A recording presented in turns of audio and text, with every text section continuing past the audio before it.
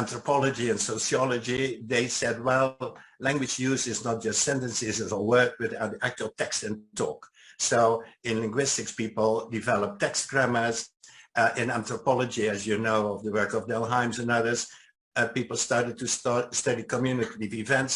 And as you also know, in sociology, people more and more were interested in conversation and actual interaction. That are all now, many, many years later, fundamental aspects of the study of discourse.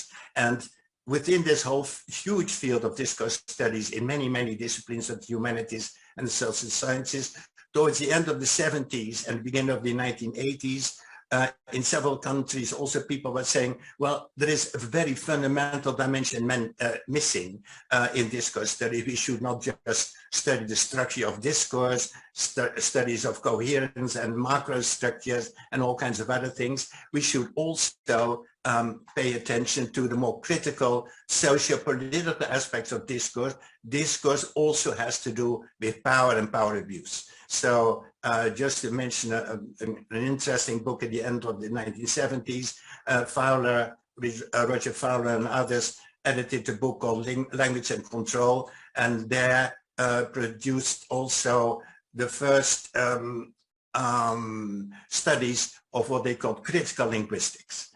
In the 1980s, also Norman Fairclough in England presented several studies about critical language studies, which afterwards have been dominant in the field of critical discourse studies. Ruth Wodak, whom I already mentioned, a famous colleague in Vienna, who also was at time in linguistics in England, was working on racism, anti-Semitism, discourse and gender, many, many aspects. So if you ever want to get to know more about critical discourse studies and you haven't done so yet, please go and find the work of Ruth Wodak. I myself have been working mostly since the 1980s on racist discourse and today also on anti-racist discourse, and on that I would like to speak later a little bit more.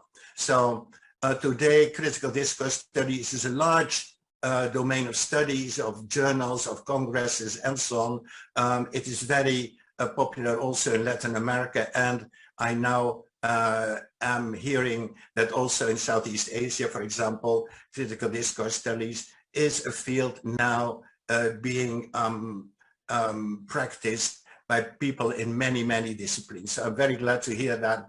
And later, if we have questions, I very much also would like to reply to questions.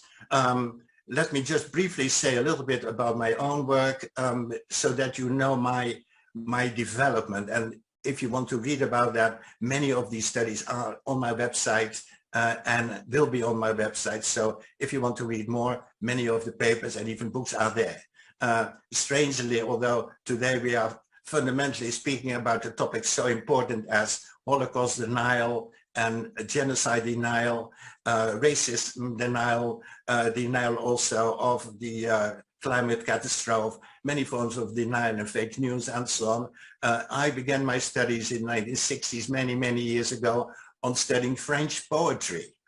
So my first studies were on a French poet called Paul Éluard, a very long time ago, and very far away from what I'm doing now. But what I learned from looking at poetry was to take each word of a text seriously.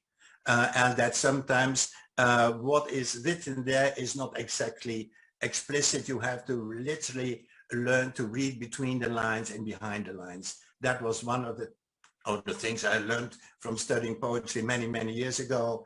Then for my PhD, I worked on text grammar also in the 1970s on discourse pragmatics, talking about not just speech acts, as you know, in pragmatics, but also on macro speech act, and to try to extend the work in discourse analysis also to other fields like pragmatics, semiotic, and so on. Another point very important for me is my work on the cognitive psychology of text comprehension, which I did mostly with a North American psychologist, Walter Kinch, in the book of '83. And I'm not going to elaborate on this very much now, but the important thing of that is that, different from many of my colleagues in critical discourse studies, I'm not just interested in all structures of discourse. You all are interested in and analyzing, and not just all the structures of society, like forms of abuse, domination, genocide, racism, sexism, and so on. I'm also interested in the socio-cognitive aspects of discourse. So my point is, and theoretically very important, that between, on the one hand, discourse structures at all these levels you all know, and the social structures at all levels, which you know from social sciences, political science, and so on, there is this extremely important cognitive and socio-cognitive dimension about which I would like to emphasize, especially the role of course, knowledge. Because if we are going to speak about the denial of the Holocaust, the denial of genocide, or denial of climate catastrophe, the very fundamental notion of knowledge is crucial. That discourse is based and must be based on knowledge. And that opinions are also based on ideology in discourse, that is very fundamental. So the relationship that all levels of discourse are related also to all levels of cognition, about which I'll talk about later.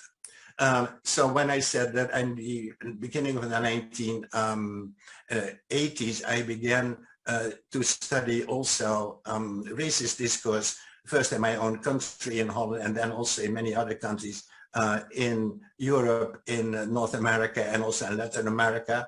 I was specifically also interested in the role of what I call the symbolic elites. The symbolic elites are those people and organizations who control public discourse.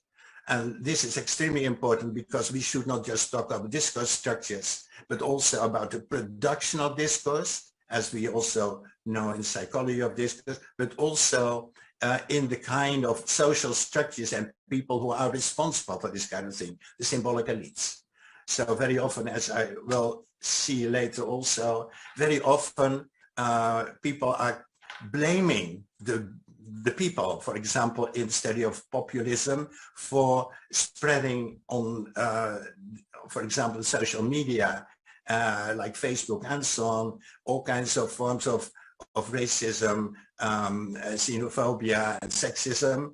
But my main thesis, already in my book of 1993 on discourse, elite discourse and racism, that the symbolic elites, those who control public discourse in the media, in politics, in education, in science, and so on, that the symbolic elites are most responsible for this particular kind of reproduction of forms of oppression, marginalization, and so on. That is extremely important. They control the discourse, and these discourses partly also control the minds of people.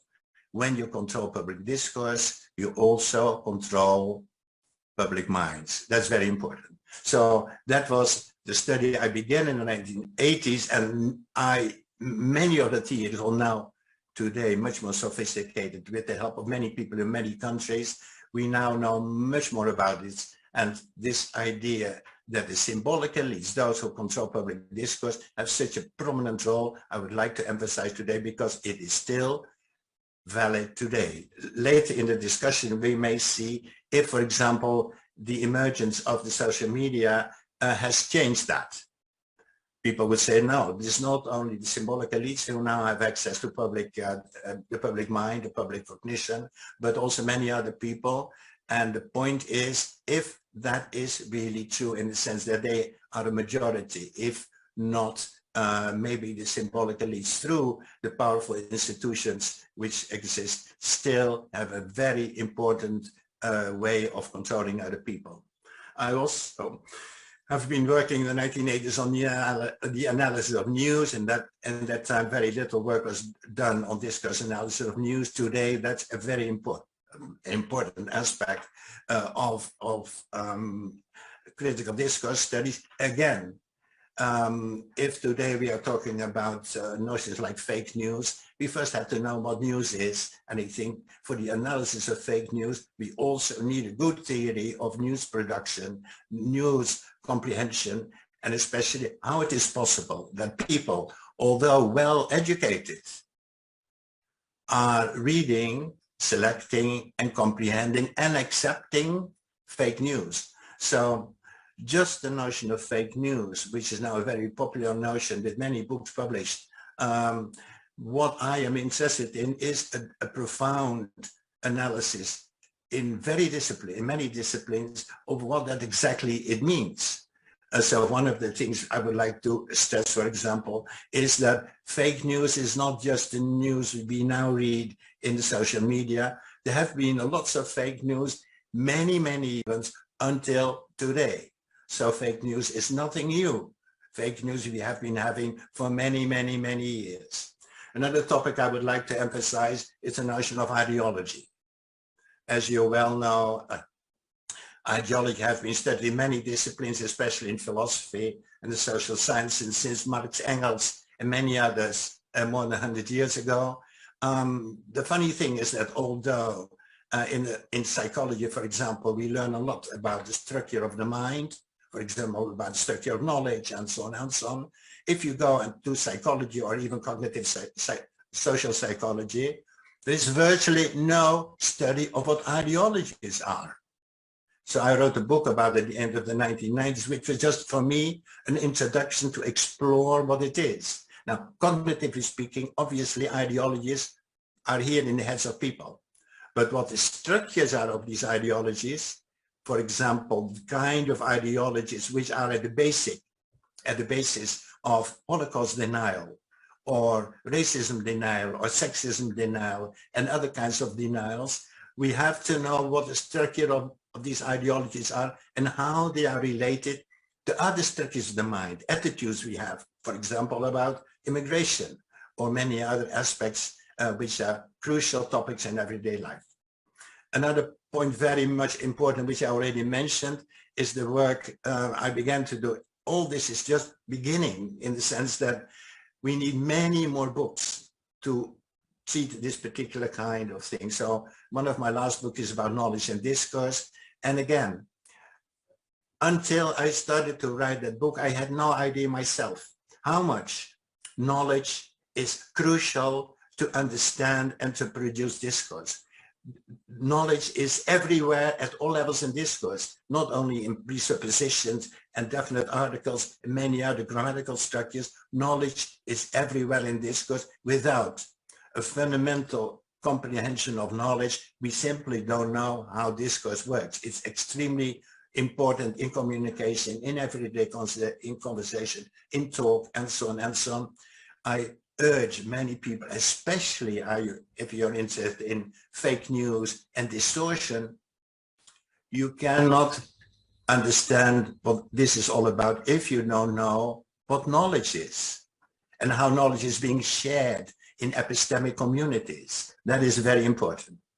Another notion which I thought is also very important and which was also a long time ignored is the notion of context.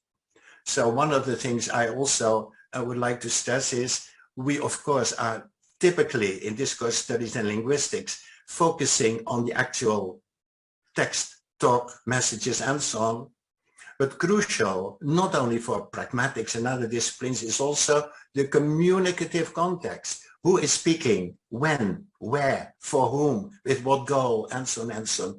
If you want to understand and explain speech acts, if you want to understand style, if you want to understand rhetoric, many uses of language, anything which has to do with the appropriateness of discourse, you have to know what context is. And my points in these books I did on context is the following, namely, that context is not out there. That is very typical. You have here the text and context is somewhere else. My point is that context is not something objectively out there. Context is something which we have in our minds as well. we have in our minds mental models of all kinds of situations and also of communicative situations. So when you're speaking with someone or writing an email message or participating in a, for example, this particular session, all of you at this moment have in your mind a mental model of the communicative situation. Who is speaking, as what, in what kind of situation, be it what goals and so on. And many of the structures of discourse depend on that particular kind of context as we construe it subjectively in our mind. But each person has a different kind of mental model of the communicative situation with different goals, different knowledge, different aims, different identities, and so on. All these dimensions of context are here in our mental model of the communicative situation, and many of the aspects of discourse, especially, you know, from linguistics, like intexical expression, deictic expression, and many more pronouns, depend on our mental model of the communicative situation. They control everything we say, and especially how we say it, to whom, when, and where. So that is very important. Now, just to mention the last phase of this development, and I'm mixing now a little bit of personal history also with theory. After my books since the 1980s on racist discourse, I would like to emphasize a next phase, for me at least, in the study of critical discourse analysis, that is not just studying dominant discourse, not just the study of power abuse, but also all forms of resistance.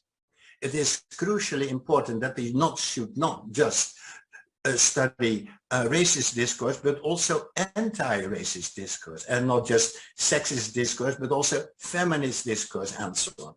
So I think, and I would like to emphasize, that critical discourse studies is not just about power abuse and domination, but also about resistance. People who are in opposed situations, including us as critical discourse analysts, we also have a voice in that resistance against all kinds of abuses, and also specific kind of discursive abuses. So my last books are on the history, and it's the first time I am writing on history, which is for me very important, because so far different, for example, from my colleague Ruth Wodak, who has been working on history of anti-Semitic and racist discourse for many, many years.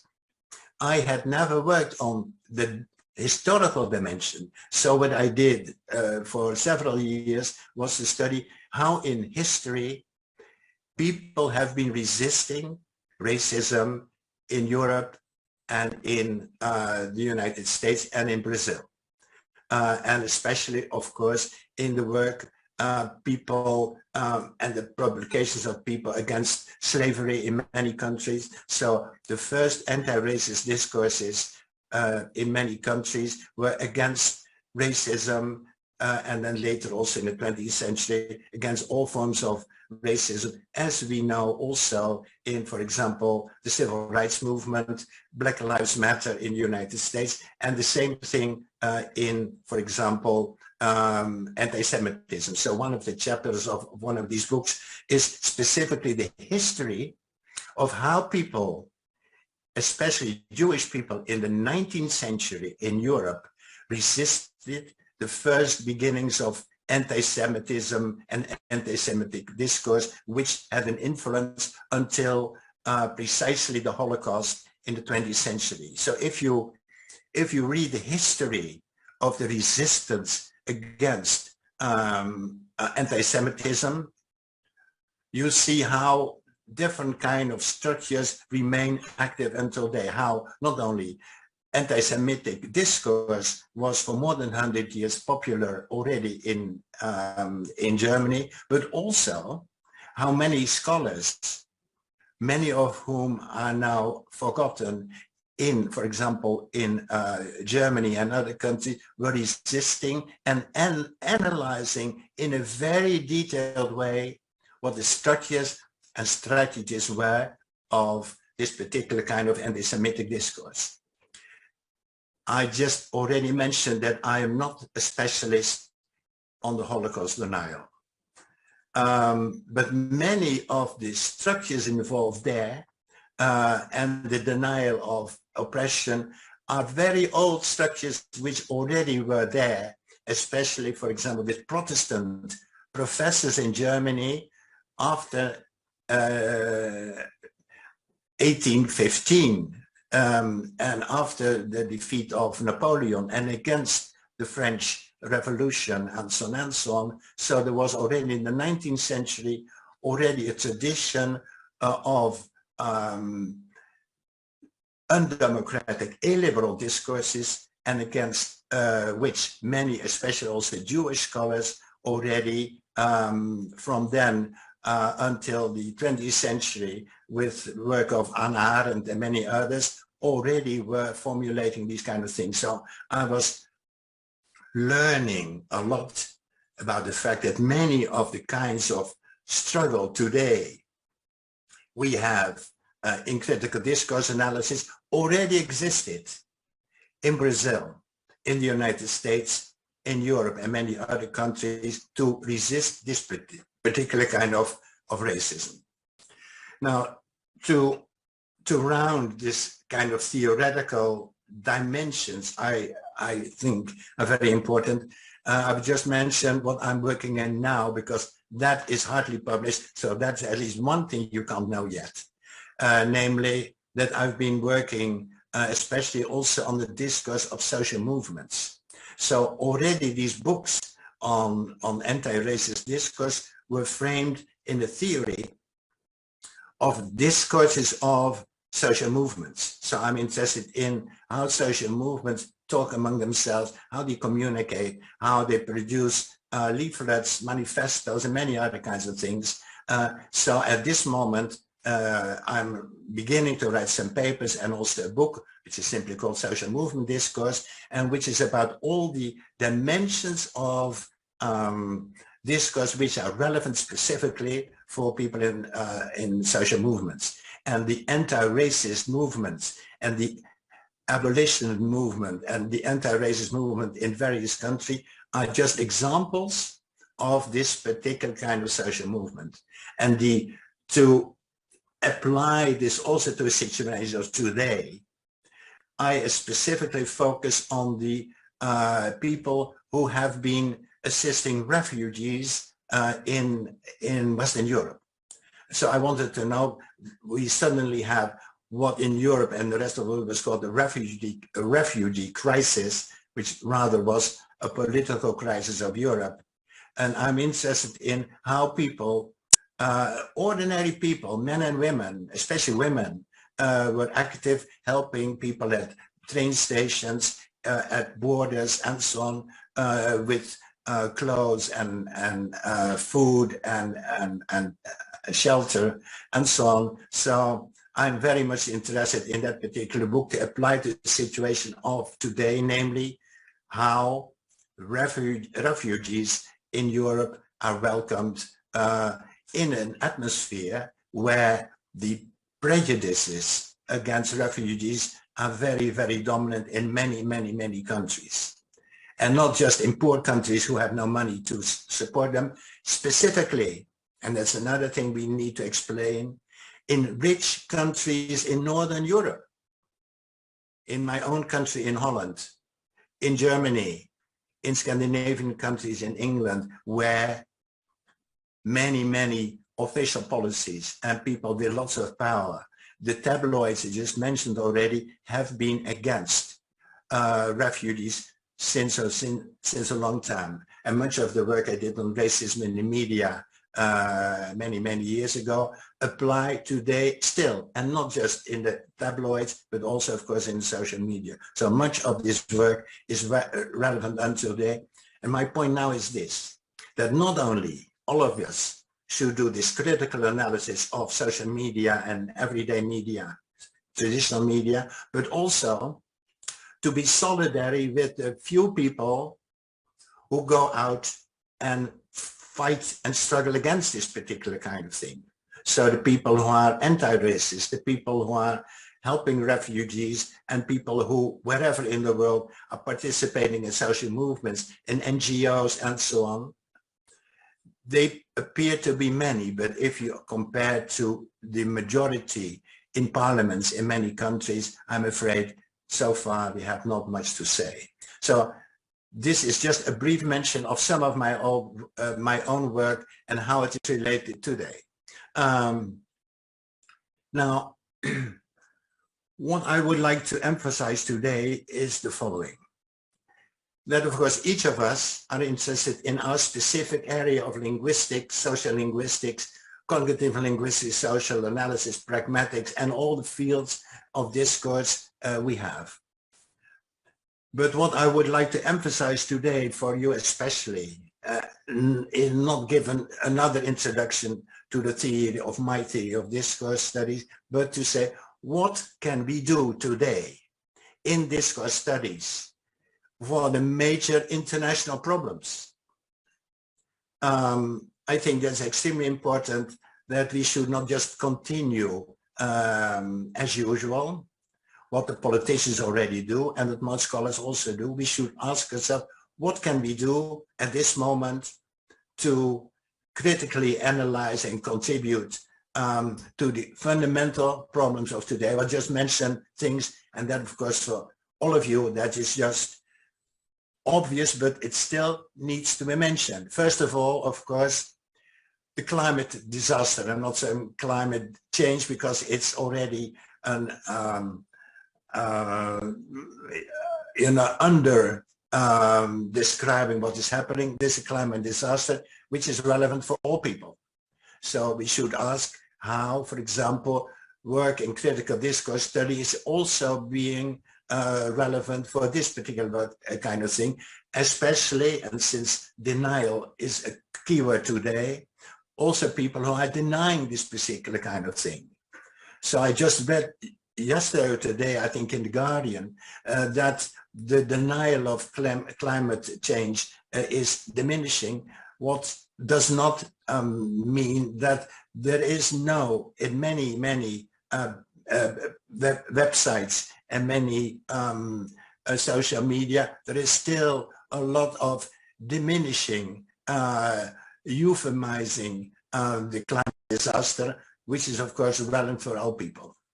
Another thing I would like to mention again for you, all of you, especially people in the global south, extremely relevant. I would like to emphasize the following.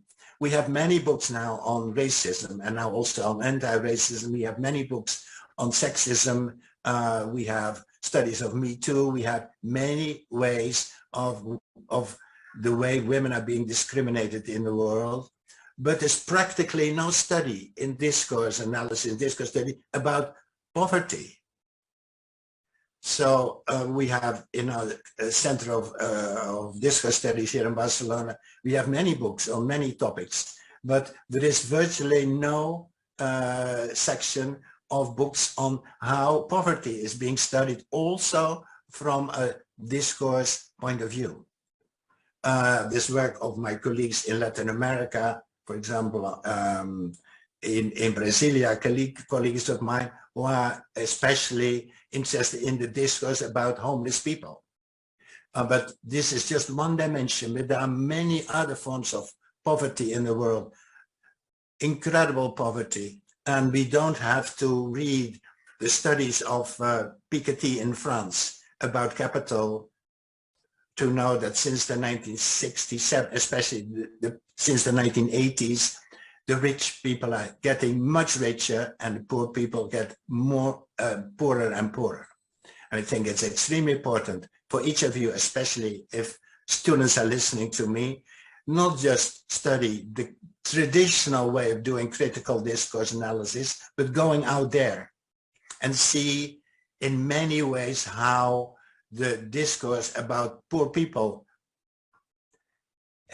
is having an influence on policies, national policies, and so on. One of the typical strategies, as you well know, is blaming the victim. They are themselves guilty of not working hard enough, not searching for a job, not modernizing, and so on and so on.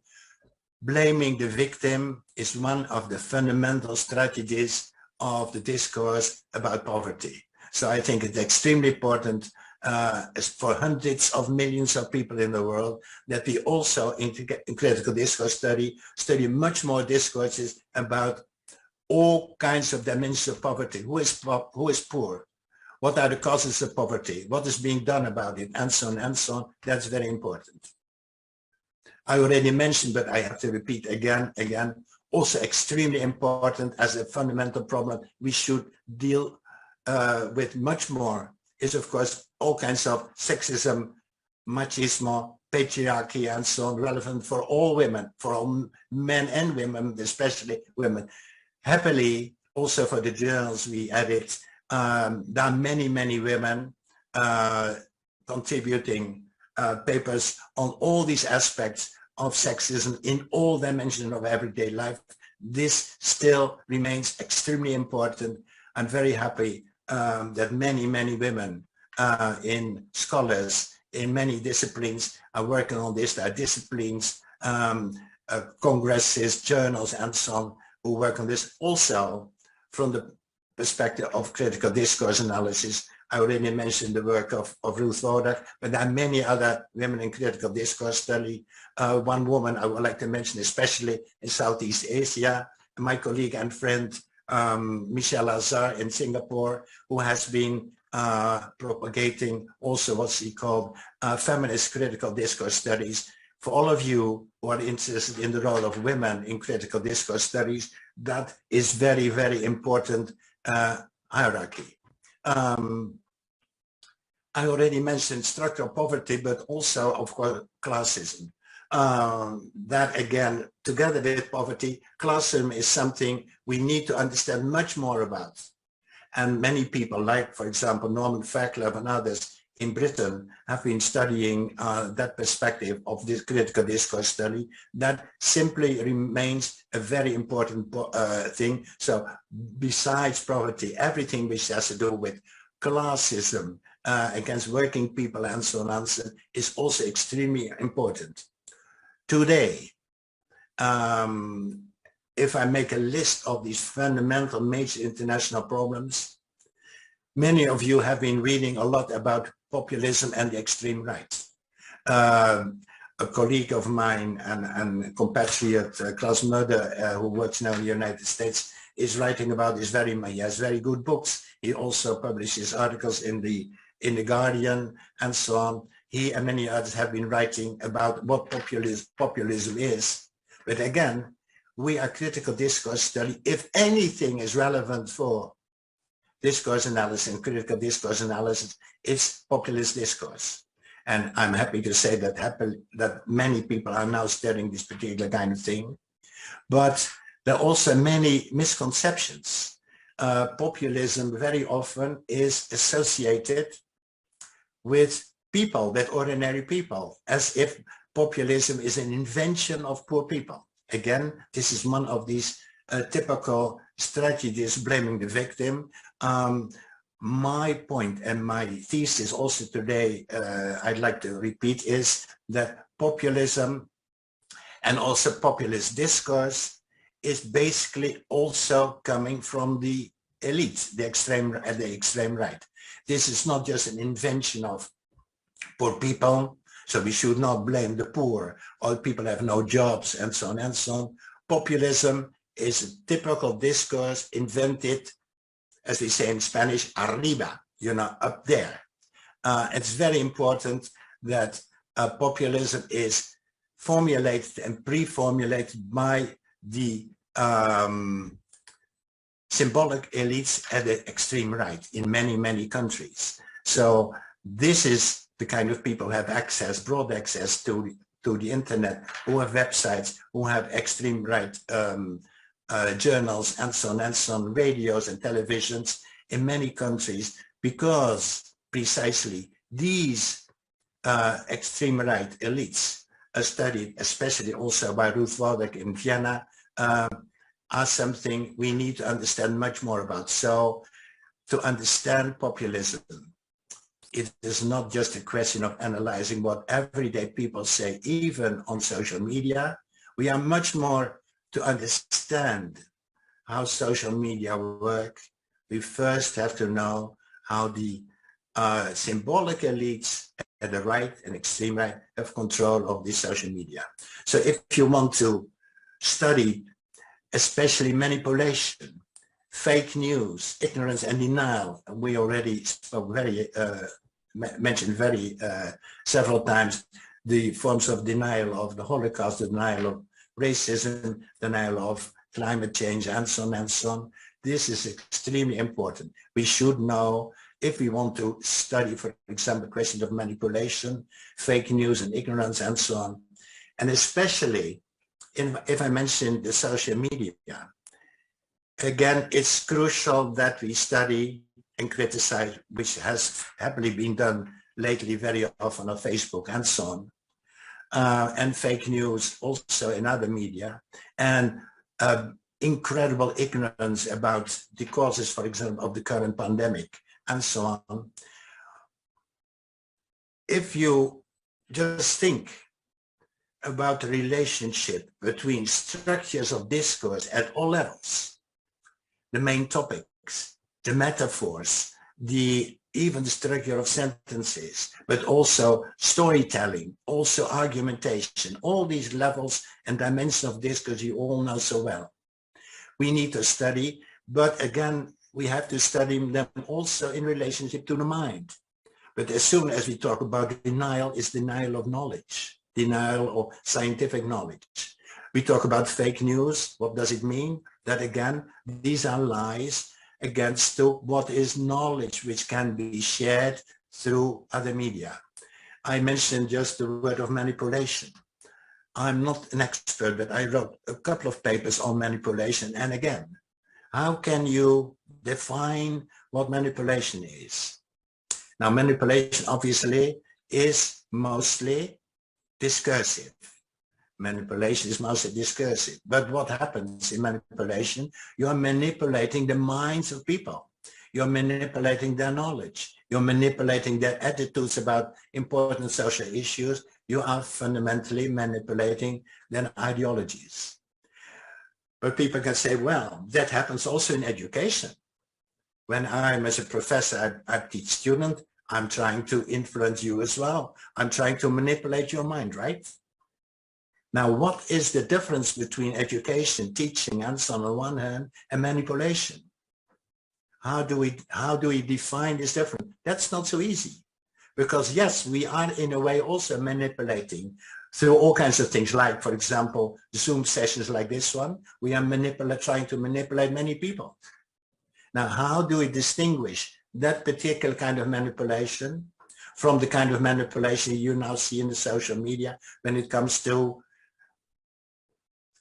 social differences, exclusion, forms of racism, and so on, and denials? How do we distinguish them?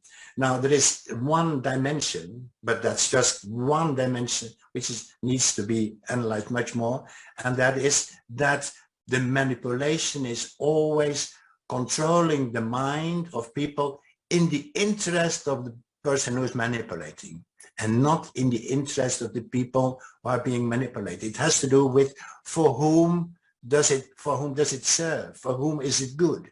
So manipulation is discourse controlling the minds of other people in the interest of the person who is manipulating.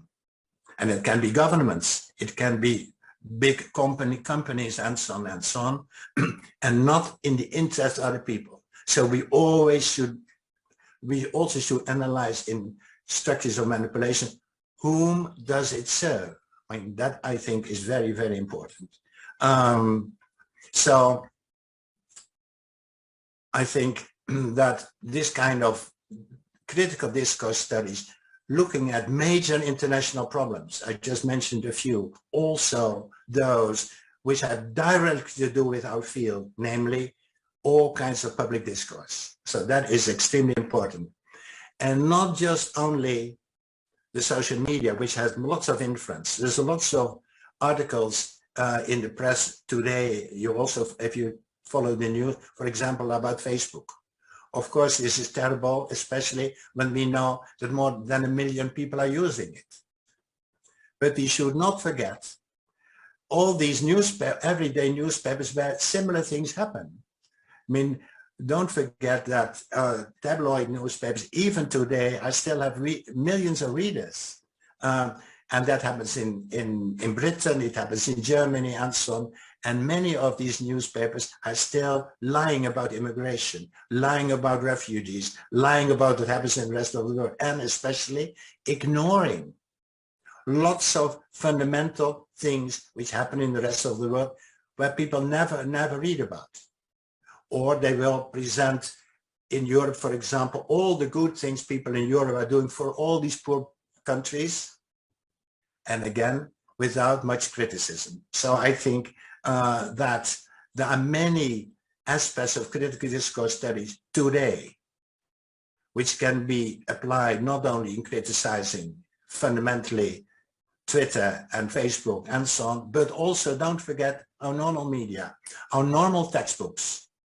One of the dimensions of critical discourse studies so far I hardly mentioned, I talked about political discourse, analyzing what happens in our parliaments and what our politicians say.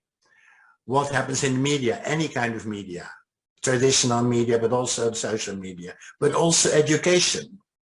What happens in the classroom? I mean, one of the fundamental things I've been interested in since a long time is also textbooks. What do we read in textbooks? In the 1980s, I wrote one of my first books in critical discourse studies was a critical study of textbooks in social science and history in the Netherlands, and what they told them, the students, on immigration. That was incredible. It is a little bit better today, but if you look at textbooks around the world, what is being sold as official knowledge needs a critical analysis anywhere in any country.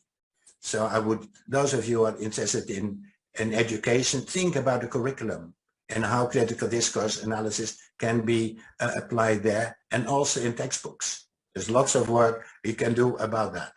So what can we do? I've just summarized, and I'm not going to enter in details. We can reply to practical questions afterwards. I would say, first of all, what can we do as critical discourse students? First of all, always formulate opposition academically, socially, and politically to all forms of domination, power abuse. So power abuse, I'm not so much interested in power, I'm interested in power abuse, in domination. So all forms of opposition through our work of critical discourse study. Second, we should continue to analyze, to criticize, and to resist all forms of specifically discursive domination. And we should also provide critical analysis and explanation.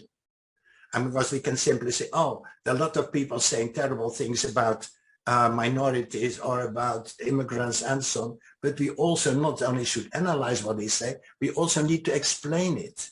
Why is it so that in so many countries, also here in Europe, for example, so many people are saying these terrible things about minorities, refugees, Jews, and so on? Why is it rising today? Why? So the notion of explaining also as discourse analysts, linguists, and so on is very, very important. And we should not only leave this to philosophers or social scientists, we also have our way to contribute this particular kind of understanding. We should, of course, educate our students as future teachers and the future symbolic elites. It's extremely important that in education, we should also integrate these particular kind of things. In a few weeks in Barcelona, I'm starting a masterclass in discourse analysis, and it's extremely important for me, and many of the students from all over the world, it's important for me that I try to translate complex theoretical things also in the education of students. We should do critical analysis and renewal of textbooks. If any kind of practical thing you want to do is look at the textbooks of your own university, of your own discipline, look at them. And of course, a critical analysis of all media is also very important. And of course, always in solidarity with other critical groups and organizations. So, and how do you do this particular critical discourse analysis? Let me just summarize quickly. For example, first of all, you have to identify a major problem so that where CDA and CDS can make a difference. We have to develop a sophisticated multidisciplinary theory. It's not just a question. It's not just a question of a little bit superficial theory, but it should be a sophisticated theory.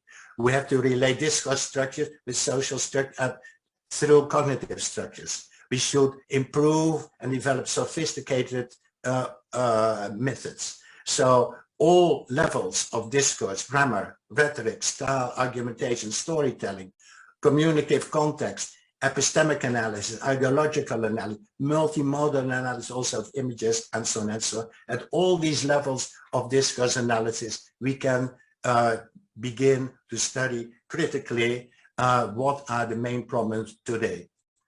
I already have talked too much. There's much more to say, but I'd rather give you the floor. And I hope that if you can't ask questions today, you're always welcome to write me at my email. And as everyone knows, I always reply to all my questions.